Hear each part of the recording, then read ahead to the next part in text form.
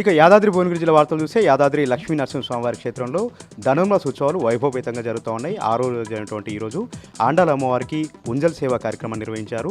గోదాదేవి కళ్యాణంతో పాటు రంగనాథ స్వామి ప్రవచనాలు, పాశుర పట్టణములు, గోదాదేవి ప్రవచనాలతో యాదాద్రి ఆలయంతో కూడా సరికొత్త శోభను సంతరించుకుంది.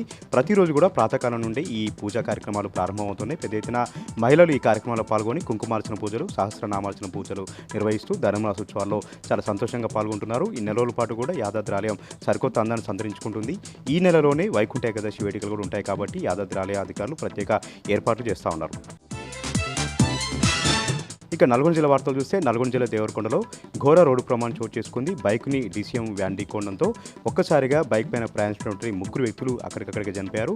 మృతుల్లో 2 పురుషులు, 1 మహిళ ఉన్నారు. ఈరోజు వేకోజామున మిరాల్డ నుంచి వెళ్లి వస్తుండగా డీసీఎం వాహనం ఒక్కసారిగా అదుపు తప్పి బైక్ను వెనక నుంచి ఢీకొట్టడంతో బైక్ పైన ప్రయాణించినటువంటి ముగ్గురు వ్యక్తులు కూడా అక్కడికక్కడికే మృతి చెందారు. దీంతో దేవరకొండలోని వారి నివాసం వద్ద విషయాచాలు అలుముకున్నాయి.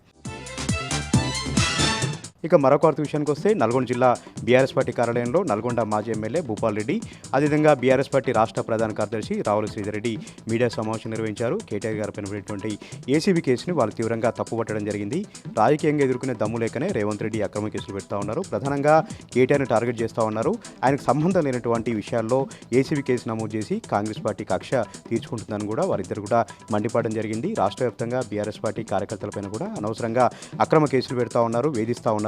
మరికొద్ది రోజుల్లోనే కాంగ్రెస్ పార్టీకి తగిన గుణపాఠం చెప్తాం, ఎన్ని పోరాటాలు చేసినా సరే కాంగ్రెస్ పార్టీ పైన పోరాటం చేస్తామని కూడా వాళ్ళు ఈ సందర్భంగా తెలిపారు.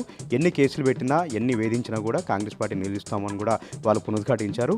దీంతోపాటు న్యాయ పోరాటం చేస్తాం, న్యాయస్థానాల్లోనే కాంగ్రెస్ పార్టీ పైన పోరాటం చేస్తామని కూడా వారి సందర్భంగా తేల్చెప్పడం జరిగింది.